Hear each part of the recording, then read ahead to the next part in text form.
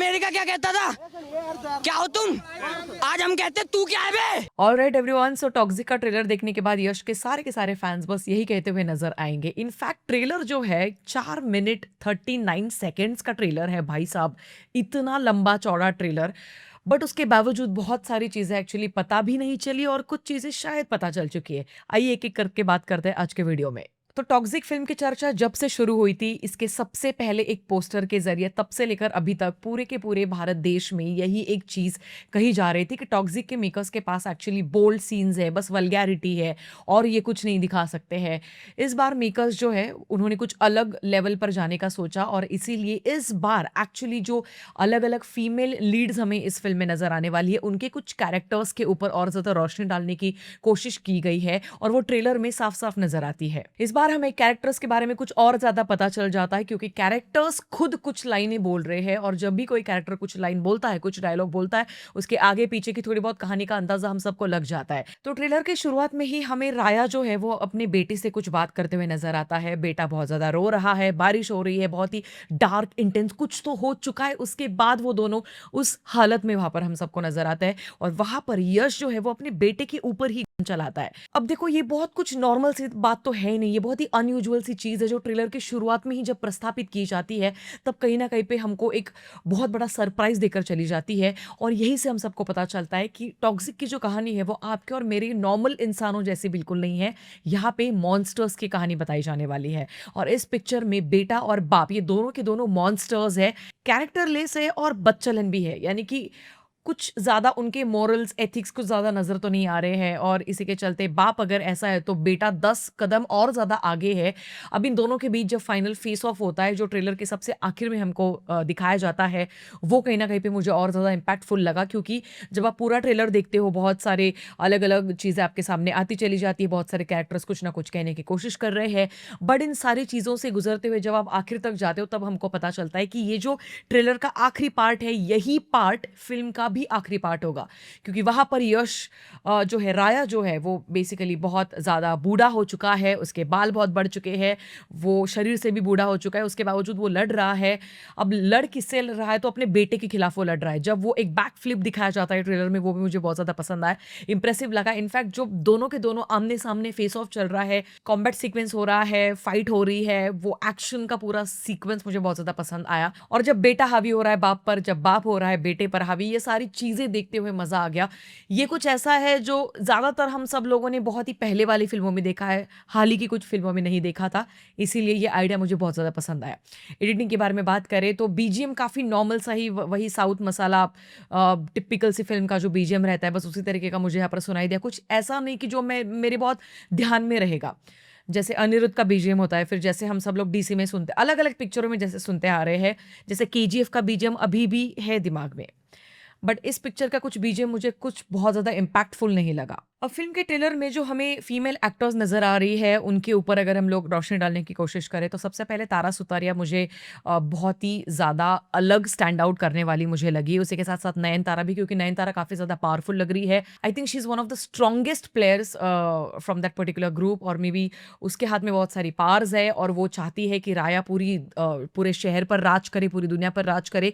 तो नयनतारा के ऑर्डर पर शायद राया अपनी जिंदगी चला रहा है, ऐसा कुछ तो इक्वेशन है दोनों के बीच। उसी के साथ साथ जब हम लोग देखते हैं रुक्मिणी के बारे में, तो वो भी खुद को परमानेंट बोल रही है राया की गर्लफ्रेंड के तौर पर, तो वो एक शायद अलग डेलेलू में जी रही है। अगर हम लोग बात करें कियारा आडवाणी की, तो उसका एक रोल सबसे इंपॉर्टेंट, सबसे इम्पैक्टफुल रहेगा, ऐसा कहीं ना कहीं पे लग रहा है। और शायद कियारा का जो रोल है वो सबसे ज़्यादा लॉन्गेस्ट रहेगा बाकी के जितनी भी फीमेल एक्टर्स हैं उनके कंपैरेटिवली, ऐसा अभी तो लग रहा है। शायद उसका दिल राया तोड़ देता है और उसके बाद उनका बेटा हो जाता है, पर वो भी बाप की ही तरह हरामी और बच्चलन टाइप का निकलता है।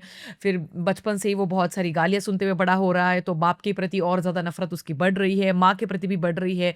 कुछ ना कुछ होने के बाद शायद कियारा की मौत हो जाती है। फिर उसके बाद वो बाप और बेटा एक दूसरे के आमने सामने खड़े हो जाते हैं। ऐसे बहुत सारी चीज़ें।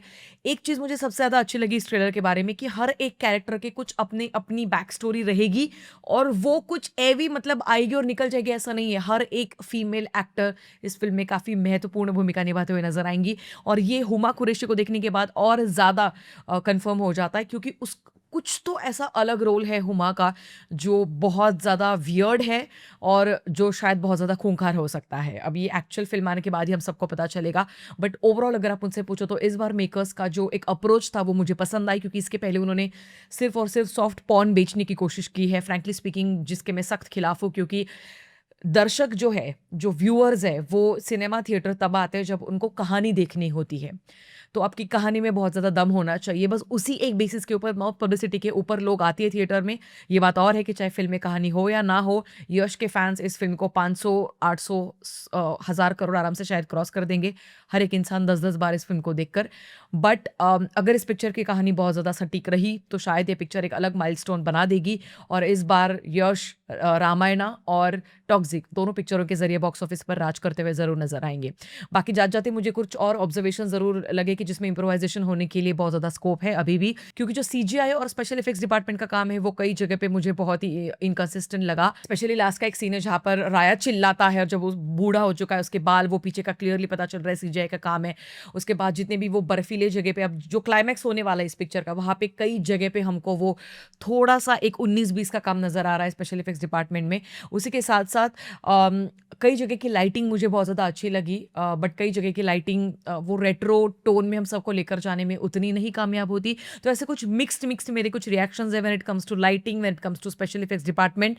But like I said already, अगर इस फिल्म में कहानी दमदार निकली तो ये पिक्चर एक्चुअली बहुत अच्छी निकलेगी। फिलहाल मुझे अभी तक टॉक्सिक का जितना भी मटेरियल अपलोड किया गया था उनके ज़रिए, चाहे वो 1-2 टीज़र हो, फिर जितने भी राय इंट्रोडक्शन जो भी है, उन सारी वल्गैरिटी के कंपैरेटिवली मुझे ट्रेलर एक्चुअली अच्छा लगा।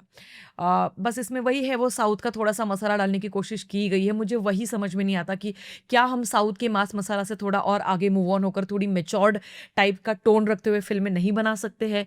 क्योंकि यहाँ पर भी वो फिर डायलॉग जब सारे के सारे गन तान के खड़े और फिर राया वहाँ पर बोल रहा है कि तुम्हारे बेटे को मारने के बाद मैं यही करूँगा। वो ऐसा नहीं है ना, कोई तुम्हारा सेंटेंस भी पूरा नहीं होने देगा ना। सामने वाले इतनी 50 गन तुम्हारे ऊपर तैनात करके खड़े हैं सारे के सारे लोग, तो कहीं न कहीं पे वो थोड़ी-सी मैच्योरिटी लैक कर जाता है। But I also get it कि ठीक है, वो फैन्स को खुश करने के लिए शायद ऐसे टाइप के डायलॉग्स और ऐसे टाइप के कुछ सीन्स डाले जाते हैं। जैसे एक सामने से शायद एक गन चला रहा है बंदा और राया जो है अपनी सिगारेट जला रहा है उससे। तो ये थोड़ा बहुत क्रिंज ज़ोन में एक्चुअली चला जाता है और वही बस मुझे दिक्कत होती है हर बार। क्योंकि अब हम ठीक है, अब इतने सालों से हम लोग एक्चुअली साउथ इंडियन जितनी भी फ़िल्में हैं, वो मास मसला टाइप की वो बेयर करते हुए आ रहे हैं। कई बार वो एंटरटेन भी करती है, कई बार वो थोड़ा-सा ओवर द टॉप लगने लगते हैं, बट अब वो थोड़ा-सा ज़्यादा हो रहा है। तो जब ज़्यादा हो रहा है, तो अब थोड़ा-सा उसका प्रमाण कम कर देना चाहिए, ऐसे मुझे कहीं न कहीं पे लगता है। ख़ैर, टॉक्सिक का जो ट्रेलर है, वो अभी तक के उन्होंने जितनी भी चीज़ें अपलोड की थी, उससे कंपैरेटिवली अच्छा तो लग रहा है। अब 26 अगस्त के दिन ही पता चलेगा कि पहले दिन कितनी ज़्यादा रिकॉर्ड्स ये ब्रेक करेगी। और अब एक और इम्पोर्टेंट क्वेश्चन आप सबके लिए छोड़कर जा रही हूँ कि आपके हिसाब से ट्रेलर में सबसे बढ़िया वाला सीन कौन-सा था? आप कमेंट सेक्शन में ज़रूर बता सकते हैं। मिलेंगे अगले वीडियो में, तब तक के लिए ख़्याल रखिएगा। Peace out.